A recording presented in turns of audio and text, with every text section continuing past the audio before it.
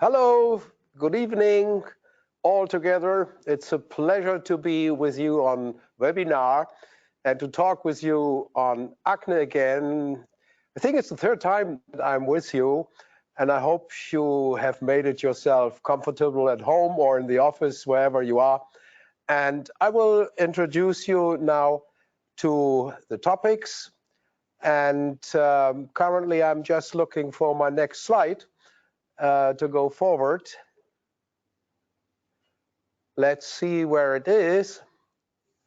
We have just, okay, here we are. So I'm talking on advances in pathophysiology, general aspects of therapy, and in particular on the role of adapalene and BPO.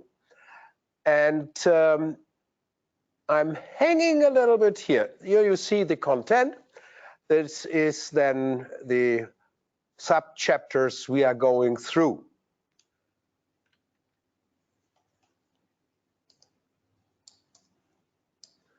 A little bit of problem with going forward with the slides. I'm sorry for that, but the evening is long.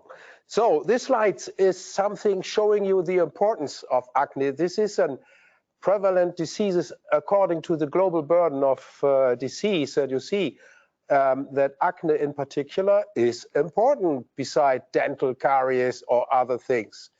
And when we look now for the distribution on the next slide, of skin and subcutaneous burn. This is all over the world. To the very right is Western Europe, to the very left with the arrow is Eastern Europe, and the middle is North Africa and the Middle East. And you see acne within the whole spectrum of dermatological diseases is quite well represented. Well, acne, you are specialists, you know, this is a worldwide disease with very different spectra, reaching from the very early childhood up to fifth or sixth life decade. But in general, it's then in the adolescent time. Can we go forward to the next one? So acne may be very severe and a disabling disease. It has absolutely to be treated in a perfect way and as early as possible. Yeah. I think my remote control needs a change. So what you see here is acne starts now earlier. This is after over the years, more and more the aging is changing. And on the next slide, I'm sorry, here we are. You see, this is a study I have made in the Baltics on school children downtown and in the province. And you see, with 8 to 9 years already, acne starts much earlier as in the past. On the other hand, what we see here is an 8-year-old girl, already with full papular-pustular acne. And on the next slide, you see prevalence by age is also increasing. We have this late type of acne more and more. However, we really do not exactly know the pathophysiology of this. This is acne tarda with the more severe courses, and you see it's around the chin and the lower part of the face. If you want to go in some more details, I recommend you a publication which Brigitte Renaud and some co-workers together with me have just published last October in 2018. Well, another point is when you are studying endocrinological changes in females in which you suspect that there is not a local but a systemic effect, not only look for testosterone and all these things, but in particular look for the anti-Mullerian hormone as it is written here on the slide. So the other point I want to point to is the psychosocial impact. You know, that is not only dissatisfaction with the appearance, it is sometimes also depression. And we know that 6% of acne patients reported active suicidal ideation. So always have this in mind. What do we know about the genetics? Well, it's not like atopic dermatitis or like psoriasis, but we know that the TGF-beta regulation, the MYC regulation, interleukin-1 alpha, the toll-like receptors, and the hydroxysteroid dihydrogenases and the fibroblast growth factor receptor 2 are of importance. I just remind you on the different follicle types. So before we have the closed comedo and the open comedo, we have the microcomedo. And the whole story is in the sebaceous gland follicle, not in the vellus and not in the terminal hair follicle. And what we learned in the last years is that we have progenitor cells and stem cells in the ductus seboglandularis. And these cells can, under the signal of beta-catenin, go to keratinocytes, or via the LEV1 signal, they move to sebaceous cells. And here's a short picture about the huge amount of progenitor cells in the different parts of the follicle. One point here. In the upper row, you see sebaceous glands. This is after birth and the embryonic time. Then immediately after birth is large. Then before the time of puberty is small. Then the signal of androgens and growth factors are coming, and we have a fully developed sebaceous gland. And then finally, in the andropause, in the menopause, it's going down. And on the lower part of the chart, I have to go back one. You see there is maturation course of the sebocyte. And there are so many signals acting on the sebocytes, and all these different actors may be also targets in the future for new therapies. One is a signal, the ratio P53 to androgen receptor, the influence of MYC, the PPRs, and so on. I cannot go into the detail here. So the reasons for hyperseborrhea are today, we know it's a transient end organ hyperresponse to androgenic and insulin growth factor 1 stimuli. And when you see here the regulation, you have testosterone converted to dihydrotestosterone. We have sterol response element. We have the insulin-like growth factor. We have the PPRs, the androgen receptor, MYC P53 ratio, ectopeptidases, which we have detected, the MSH, and then finally, it's hanging, sorry, the neutral endopeptidase, the corticotropin releasing receptor, and very recently more and more has been detected regarding the endocannabinoids. This is also in the future a target of treatment. Let's go to the next. So you don't have to go into the detail here, but with this slide I just want to say it's not alpha reductase, which is the main specific enzyme. There are 3 beta HSD, 17 beta HSD, 3 alpha HSD. They all play an important role within this whole thing. And you see, we have 3 5-alpha reductase subtypes, of which type 2 is the most important one, because it's then expressed in the sebaceous gland. And as you can see here, the type 1 and type 2 different distribution, and 3-beta HSD is in the sebocyte, but not in the hair. So this also explains why you can use finasteride for the hair, but not for the acne. So let me go now to growth signals.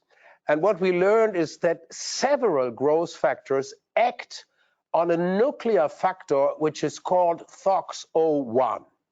And this FOXO1, this has a nuclear position, and it moves from the nuclear position to the cytoplasmic one. I need the slide. There it is. You see, on the left low, it is the nuclear position, and then when the growth signal is coming, it's going out. It's in the cytoplasm. That means now, on the next slide, it means FOXO1 out has an influence on the androgen receptor and the PPR gamma, and both play an important role in the regulation of the cell. Go to the next. We have in the past always thought about alpha reductase and testosterone DHT. Look at these curves here in male and female. You see, with the start of the puberty and as the signal of puberty, we have the insulin growth factor 1 increasing and then later decreasing. There is a little hill in the third, fourth life decade, may probably explain also why we have late acne. On the next one, I can show you, and this has also been work here from Israel, that you have no acne in congenital IGF-1 deficiency. So there is no acne, no diabetes, and via the mTOR pathway and FOXO1 pathway, no cancer. This is an experiment of nature. So in puberty, let's say growth factor puberty plus growth hormone signals from Western diets may have produced a FOXO1 export. So we have also learned that diets can play a role. And when you just simulate that in the culture and you overexpress growth factors to the sebocytes, then we have found something very interesting. My next slide, there it is, sorry. One back. We have found that these growth factors, insulin growth factor 1, can induce on the sebocyte toll-like receptor 2 and 4.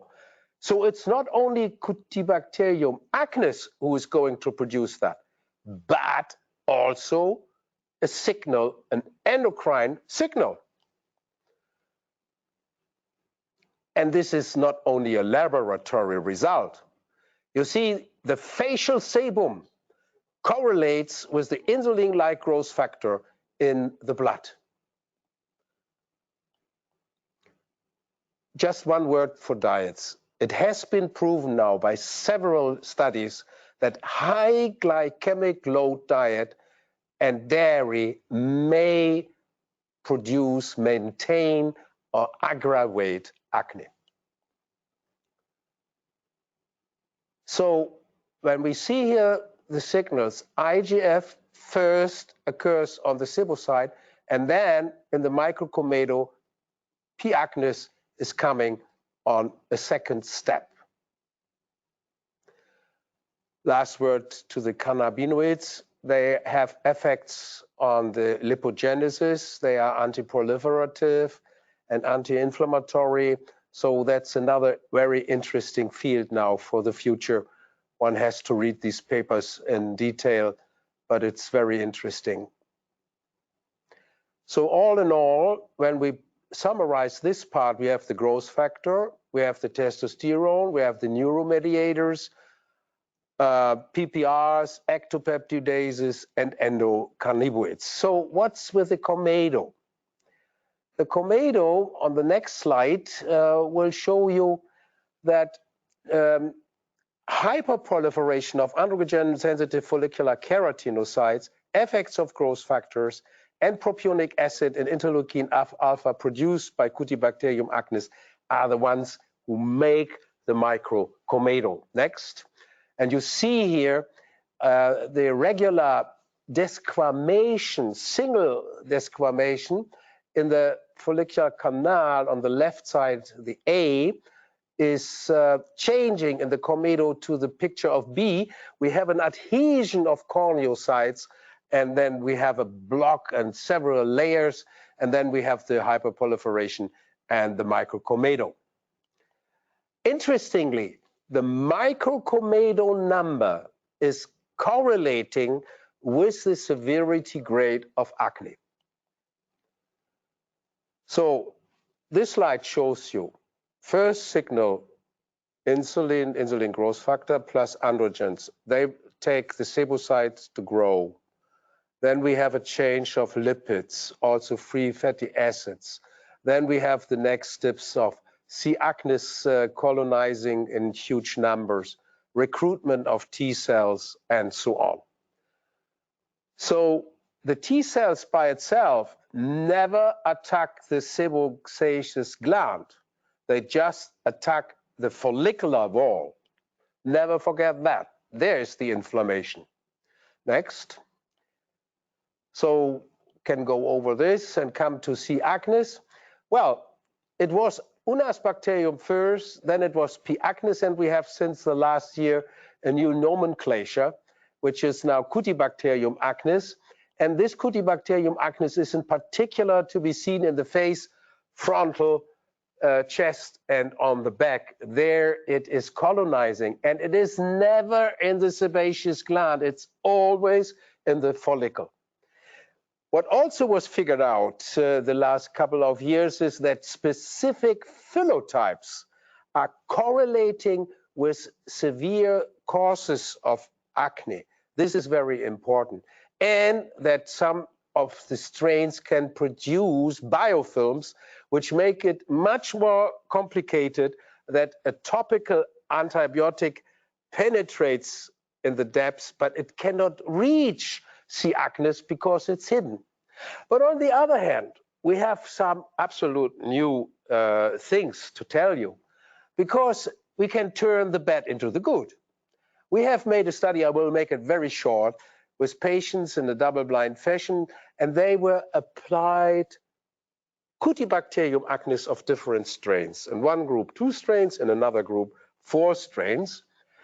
And what you see here on the left in the upper number, this is the original pathogenic Cutibacterium strain, and under the concurrence of other strains, which are not that much pathologic, it's going down. And as you can see here, already after 42 days, there's a decrease of total lesion count.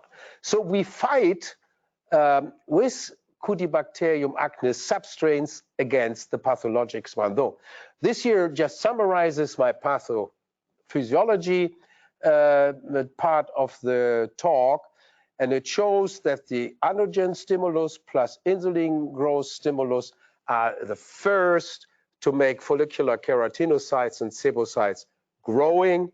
We have the microcomedo, we have more colonization of C. acnes, and then we have finally the picture of acne.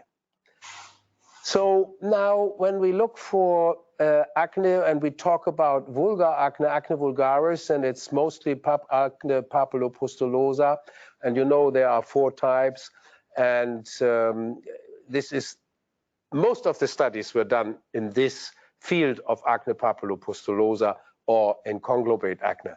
In general, we are dividing acne management in phase A, intervention, phase B, maintenance, and phase C, medical cosmetics. And the intervention is either topical, however, we prefer combined, fixed topical combined preparations, or we combine topical and systemic treatment. And then later we have retinoids for maintenance, peelings, lasers, and so on and so on. I'm not going into the details here. One point is very much important for you to explain to the patient. Acne treatment takes a long time. 50% of improvement is not earlier reached than after 3 months when you have a moderate to severe acne treated with orally tetracycline and topically benzoyl peroxide. And that early treatment, appropriate treatment, is so important. That shows this slide, because full-blown acne, if delayed, has a strong T-cell reaction and less scarring. If you come too late, the immune response is stronger and you have more scarring. And scarring is the worst what can happen, because these are the sequelae we don't want. We don't want the scars. And you know, the keloids, hypertrophic scars, this is really a mess. But you and the patient are a team. And this team is important for the adherence. And adherence, unfortunately, is very low in acne patients. I'm just hanging here with a table which is not coming. Here we are. And you see, independent of topically combination isotretinoin, it's always around 50 to 60% adherence. That's not good, and we have to improve that. Go on, and you see, interestingly, this is Europe, US, other countries, and unfortunately, the European patients are consistently the least adherent, and it doesn't play any role if they get isotretinoin or not. So when we come to the retinoids, they are comedolytic, anti-inflammatory, anti-comedogenic, and immunolytic. And this is really fascinating with the retinoids, that they have these characteristics. Go to the next. And you see, you are all familiar with the comedolytic and anti-comedogenic. Important is also the anti-comedogenic because of the maintenance, to inhibit after treatment, after interventional treatment, a reoccurrence, because from the microcomedo, the new lesions appear. And we learned a lot that the retinoids are also anti-inflammatory. Let me just show you 2 slides. This is in particular also important for the pathway to acne scarring.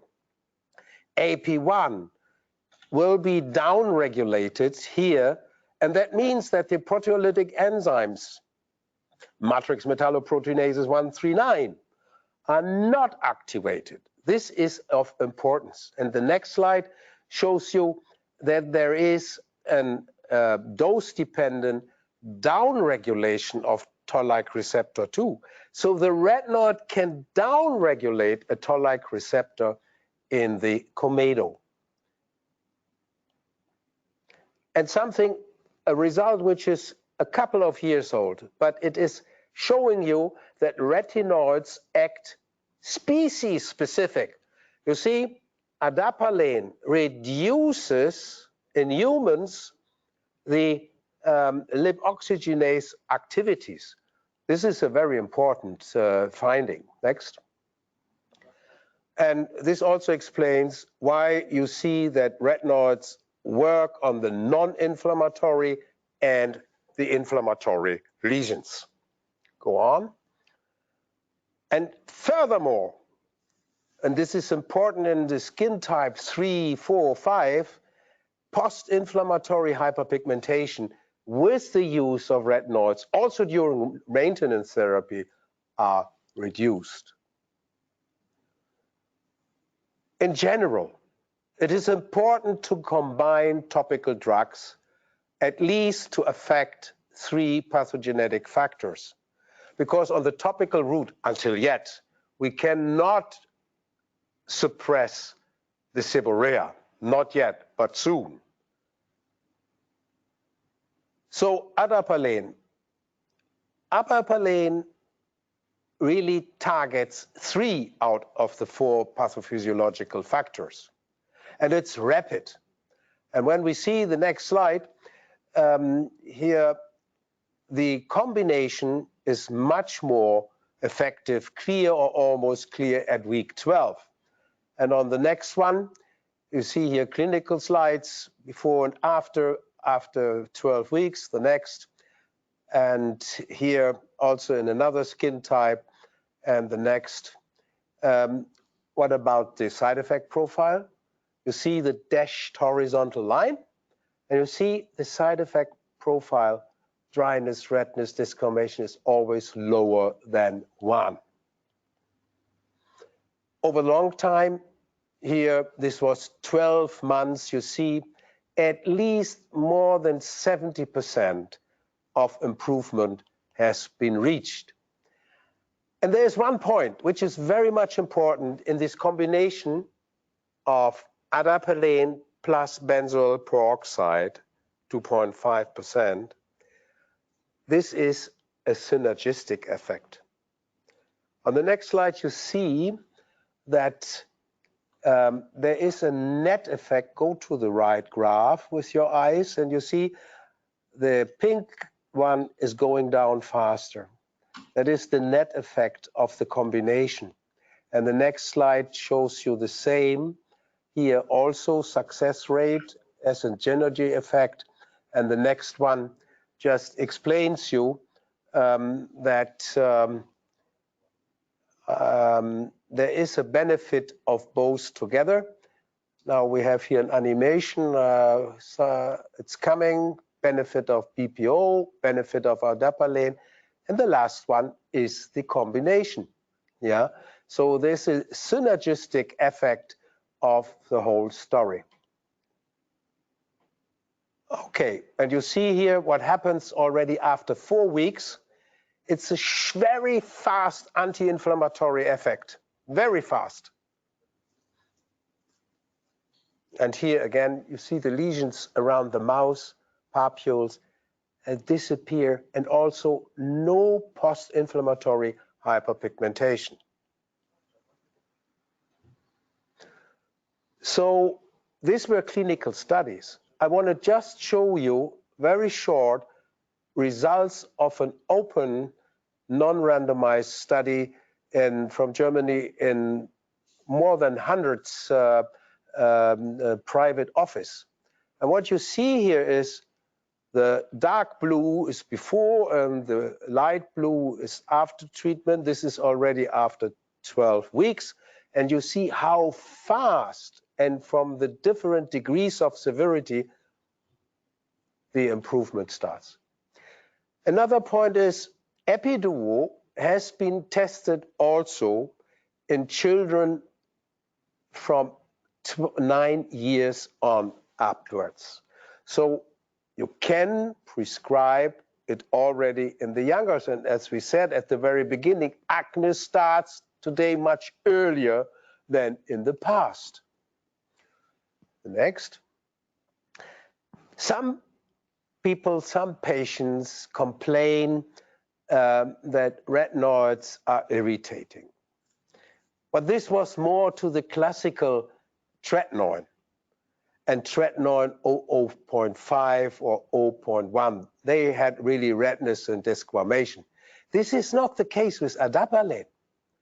And it is mostly an environmental factor, and it is also sometimes if you add anything else. One has to educate the patient. And on the next slide, I will just introduce you to a study Professor Go from Singapore has made, and you see here, next one, the comparison of adapalene 0.1 and tretinoin gel 0.25. And you see the transepidermal water loss is much lower with adapalene as compared to tretinoin. And on the next slide, he was also comparing different skin types, Chinese, Indian, Malay, Caucasian. And you see the Chinese are the most sensitive one, the Caucasians are the less sensitive ones. So there's evidence that here factors play also a role. So this all together plays a role for patient adherence. Fast efficacy, rapid onset of action, no flare-up as with the old retinoids, good tolerance, and handling. And handling is important.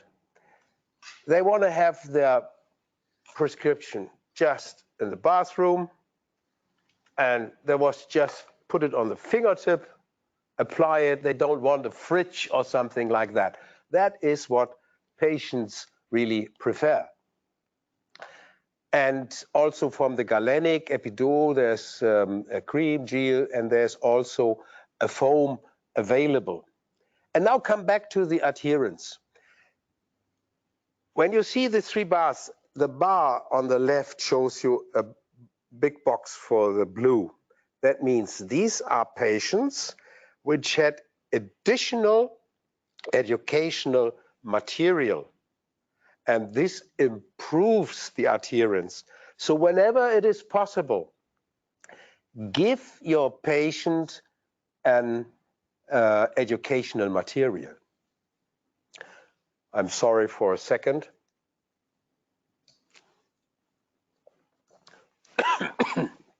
So we go on, and you see here the different types of retinoids. Adapalene is very similar to petrolatum, so nearly no irritation.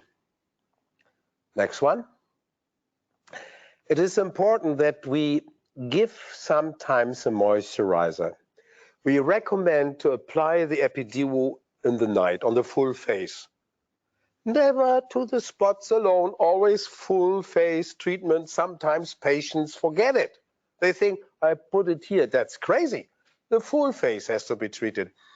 And sometimes the skin may be feeling a little bit dry.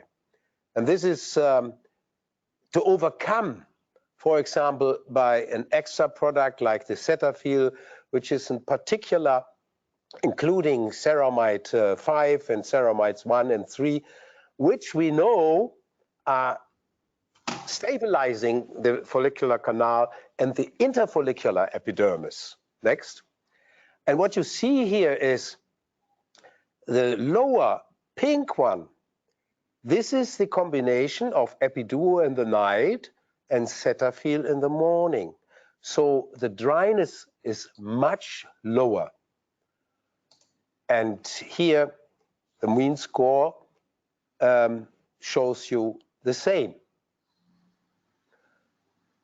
And you can have one which is in combination with the sun protection factor, which plays in countries like yours here with a burning sun an important role. You see here also dryness and roughness is going down with this combination of moisturizer. A few words now to antimicrobial resistance. This is a problem, and it is an old slide already from 1977. The first warnings were coming up about resistance at all, and it's going up with C. acnes to clindamycin and to erythromycin and to tetracyclines. And this paper is from 2016. It's a burning point, and we should avoid monotherapy with antibiotics and use BPO with the retinoids. This is important because resident commensal flora may also acquire resistance during acne antibiotic treatment. And you see topical resistance may have skin, but also conjunctiva, oral cavity, nasopharynx, and this is even more with oral antibiotics. Next. So it is important to show that the combination of a retinoid with BPO can avoid resistances because the BPO kills the C. acnes. There's one picture missing here. It's just hanging for a second. I'm very sorry, but here we are. And these are the recommendations from the Global Alliance for Better Outcome of Acne.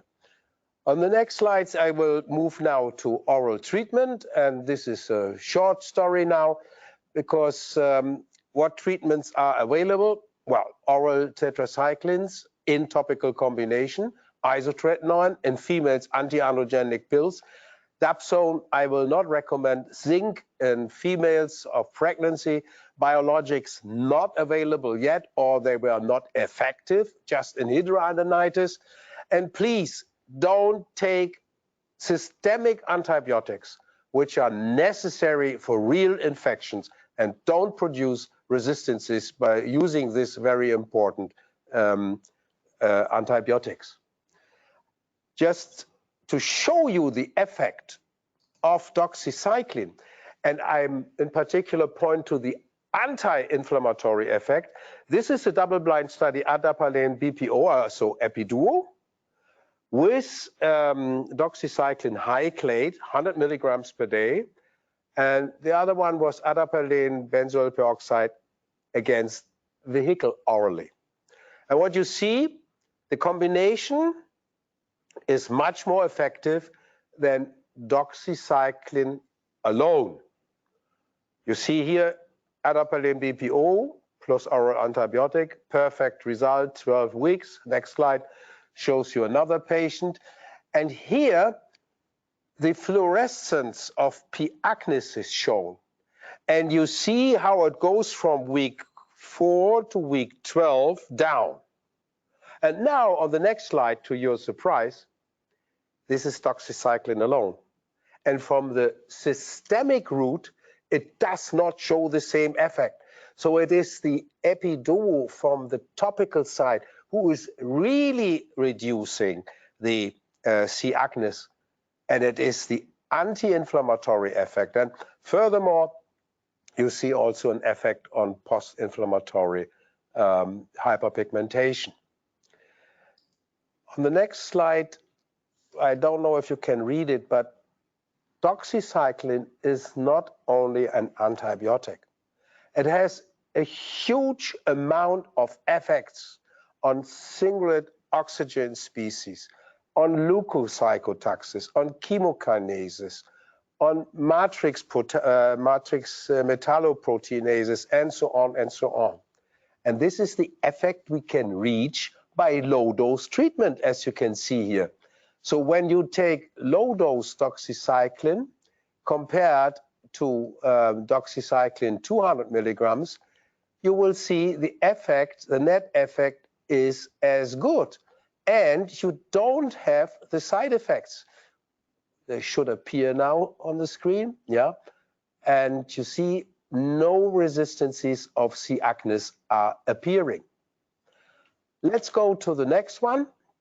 And this is a study about adapalene BPO, so Epiduo, combined with doxycycline, 200 milligrams, against isotretinoin. So the big study in nodular acne, very severe acne. And what it shows here is the outcome is nearly the same. Isotretinoin was only a little bit more superior. So on the next slide, you see it here also. The point is that there are several patients who do not like to get isotretinoin, or in females, they don't want to make the appropriate anticonceptives, so they want to have more the other combination. And you see the outcome here, isotretinoin alone. On the next one, you see here, adapalene BPO plus doxycycline. That is very good results in this severe acne. So what is the position of Epiduo monotherapy? You see the red arrow on the slide, and the pictures refer to the Leeds classification of severity. And you see the red arrow, and then from the point of the left second lower part slide picture, then it's better to combine with an oral doxycycline. And then you cover more or less the whole field of acne severity grades. The last point is maintenance. Maintenance is so important because to suppress the microcomedo because acne is a chronic disease when you compare it to atopic dermatitis, and we have published that 10 years ago. Both are inflammatory, both are showing frequently relapses, going over intervals, having psychological and physical sequelae, and you need a constant counseling of the patient. And when you have really brought down the inflammatory process of acne, then you go to maintenance. And we see it on the next slide. Here is the microcomedo, which we have to suppress. And on the next slide, you see the microcomedo, as I have already shown you before, is correlating with the severity grade. Next. And you see on the left side, the number of microcomedones. When you stop after 12 weeks, it goes up again. From the visible lesions, and you stop the retinoid, there is still an improvement. But under the skin, the microcomedo is already proliferating again, and the relapse is then coming there. Oops. This is a Chinese study, or better, a study from China. And you see, the blue line is if there was no maintenance. The yellow line, when you go on, you suppress microcomedos and relapse. And this is a study we made over 8 weeks adapalene BPO, and then stopped, and then they get maintenance adapalene once daily or every other day, and against vehicle. And what you see after 8 weeks, vehicle, it goes up. With every day or every other day adapalene, the microcomedos are going down.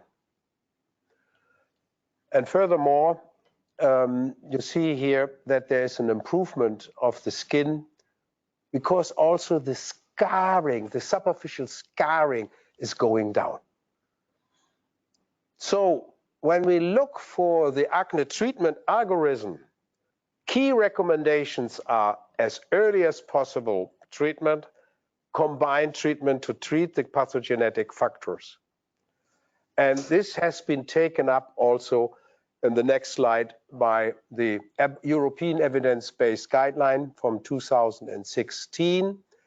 It is the strongest recommendation is adapalene BPO, and we have put the whole thing now into a practical algorithm. It's an animation, takes a moment. This is a consensus-based practical daily guide for you. If you look for this presentation, this publication, you see there's an algorithm for predominant comedonal facial acne, next one, for predominant papulopustular acne. It shows you responding, not responding, what to do, what may be failures, what is due to adherence, and so on. You can really make a copy of it, put it on your office desk, and it's really a nice guide. And here's also nodular and conglobate acne. So this is what I wanted to bring you tonight, and I hope I have not overstressed your time. Relax now for a moment, take a glass of wine, water, coffee, tea, whatsoever you like. For me, it was a pleasure to speak with you on webinar, and I'm looking forward for questions before we go.